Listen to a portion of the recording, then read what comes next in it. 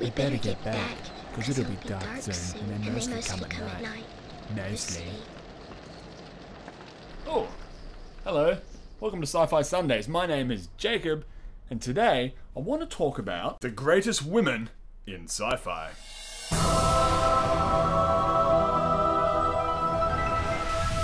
Now, I will preface this discussion with an admittance. Today, I will only be talking about the great women whose performances I have enjoyed. In other words, I won't be talking about the fantastic women behind the scenes, writers, producers, directors, and so on. I will only be talking about the women who I have enjoyed on screen over the years, and perhaps we can find out who the real queen of science fiction actually is. It's Sigourney Weaver. It's Sigourney. Sigourney Weaver is the queen of sci-fi. At least that's what me and me mates have dubbed her. She is hands down one of my all-time favorite actors for sure. I'm not just talking about female actors. She's in my top 5 all-time greatest actors. I'm a massive fan. At the time of recording, Sigourney Weaver has 84 acting credits. After perusing her filmography, I counted 28 out of the 84 credits to be of the science fiction genre. So really, that's about a third of her career is dedicated to science fiction, and I would argue that her science fiction roles are her most celebrated roles, aside from a few exceptions, of course. Sigourney had a few roles before her starring performance, but as we know, her real breakthrough was Lieutenant Ellen Ripley in Ridley Scott's blockbuster Alien. This movie came out a decade before I was even born, and it would have been almost another decade from my birth until I saw it. And for me, it was mind-blowing, 20 odd years after its production, and I'm still blown away. Before the brutality of the Alien series, my only real sci-fi viewing experience was PG kid stuff, or Star Wars, which is arguably PG kid stuff. When I saw Alien and Aliens, I was terrified watching a thriller and horror in space for the first time. Not only that, but the hero is a strong, independent woman. It was so unique to me at the time at least, and it rocked my socks. And as I got older, my jocks as well. Since then, Sigourney has done another 3 Alien films and a bunch of other awesome sci-fi movies where she usually plays a strong woman in command, taking names and kicking ass. When she wasn't powerful, she was clever, intelligent, or funny, or sexy, or motherly, or just downright motherfucking brutal. I don't think I can dub anybody else the queen of sci-fi, as Sigourney Weaver has had such an amazing career in film and science fiction with a diversity of roles, and she's still pumping out sci-fi to this day. There is one other actor who has a significant amount of science fiction dedicated to her name. Out of the 35 acting credits, almost half are science fiction. Summer Glau, who came to our nerdy attention as River Tam in Firefly and Serenity. The greatest tragedy in science fiction was probably the cancellation of this show. Hello darkness, my old friend. Since then, she has done small roles here and there and has had a co-starring role in the Sarah Connor Chronicles, one of the better Terminator representations if you ask me. I will be putting out a Terminator video very soon if it's not out already, so stay tuned for that. But in regards to Summer Glau, can somebody give her another sci-fi series already? She hasn't done anything since 2016. What happened to her? She had a few kids, so maybe that's what, but still, bring back the Glau. I always thought that Summer Glau looked a lot like Sigourney Weaver. I mean, come on, man. Come on! My dream movie would be a new Alien film, a continuation from the 4th. Not some shitty prequel, but a new film with Sigourney Weaver reprising her role as Ellen Ripley and Summer Glau as, I don't know, her daughter? Pipley? That's a terrible name, but I mean, come on. Sigourney Weaver, Summer Glau, fighting aliens together. I mean, a nerd can dream. A nerd can dream. Hashtag bring back the Glau. Let's get that going. Charlize Theron is another favorite sci-fi actor of mine. The beautiful and talented Theron has 58 acting credits, and again, roughly a third of her roles have been sci-fi or fantasy. So that's 1 out of every 3 of her movies are science fiction or fantasy.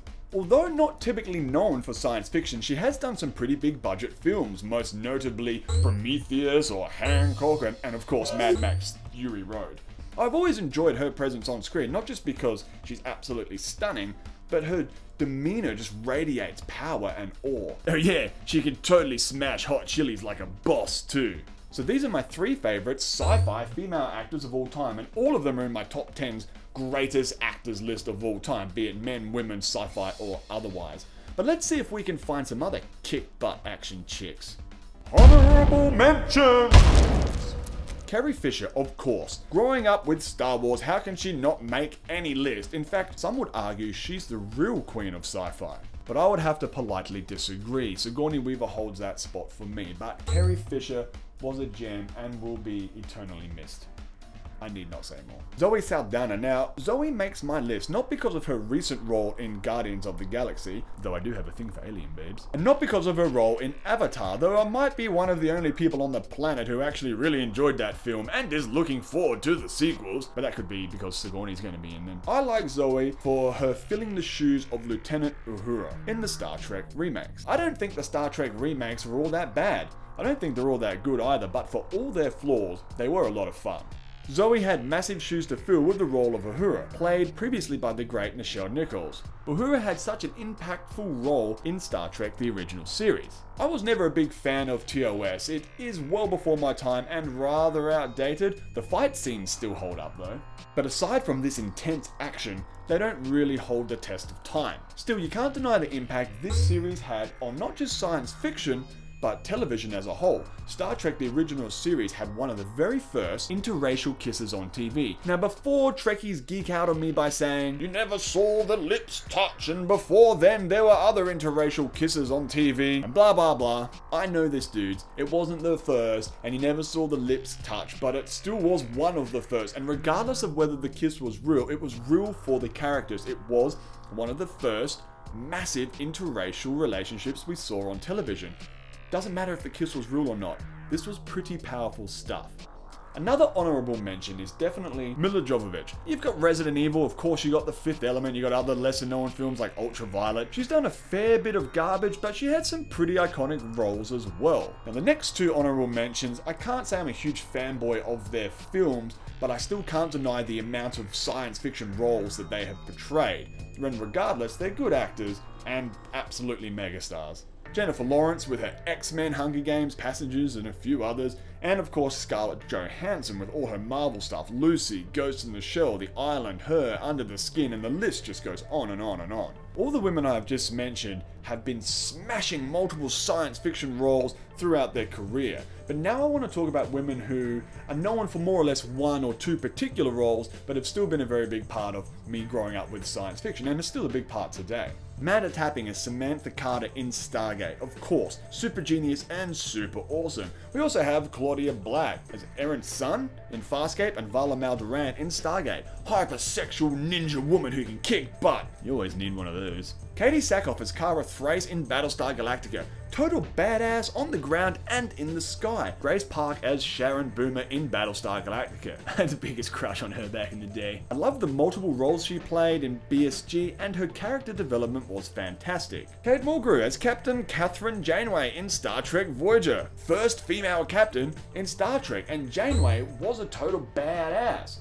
I was actually introduced to Star Trek with Voyager. It was on TV when I was about the right age to start watching Star Trek, and I've always been a huge fan. I know it's not everybody's favorite Star Trek series, but it might just be mine. Linda Hamilton as Sarah Connor in Terminator and Terminator 2. Fun fact, she's in the new untitled Terminator film, which is currently filming. Hype alert! Of course, one of the original kick-ass female leads. A single mum kicking the shit out of time-traveling robots to protect not only her son, but humanity as well. I mean, that is some truly awesome stuff. Speaking of Terminator, Lena Headey's portrayal of Sarah Connor in the Sarah Connor Chronicles was brilliant, and I'm still bummed out that that show got cancelled, man. But I will talk about that in my Terminator video. Jill State as Kaylee in Firefly and Serenity. She was cute and cuddly, but also a brilliant mechanic. We will always miss Firefly, man. Rika Sharma, who was totally underrated for her role in BSG. You can tell I'm a bit of a BSG fanboy. Also, love it or hate it, she was thoroughly enjoyable in Star Trek Discovery. Evil and sexy. That's what you want, man. Frankie Adams, who plays Bobby Draper on the Expanse TV series, is somebody who I'm very curious to see where she goes. She's absolutely fucking nailing this role, so she definitely makes my list. And that about wraps it up. These women are always a delight to watch and have done great things for women in sci-fi and just the sci-fi genre itself. I realize I have skipped over a lot of women on screen, but these are the ones that have just affected me or I've enjoyed watching growing up or who I still enjoy watching to this day. I'm super pumped for Sigourney coming back for Avatar. I'm just so impressed that she's just still cranking out sci-fi. She was supposed to do an Alien film with Neil Blomkamp, but that fell through at the last minute. There's a lot of stuff going on there. Maybe I'll do an Aliens video one day and we can discuss that further. Who are your favorite women in science fiction? Do you agree that Sigourney Weaver is the queen of sci-fi? Leave a comment and let's get a discussion going. Thanks for watching, and I'll see you all in the next rotation.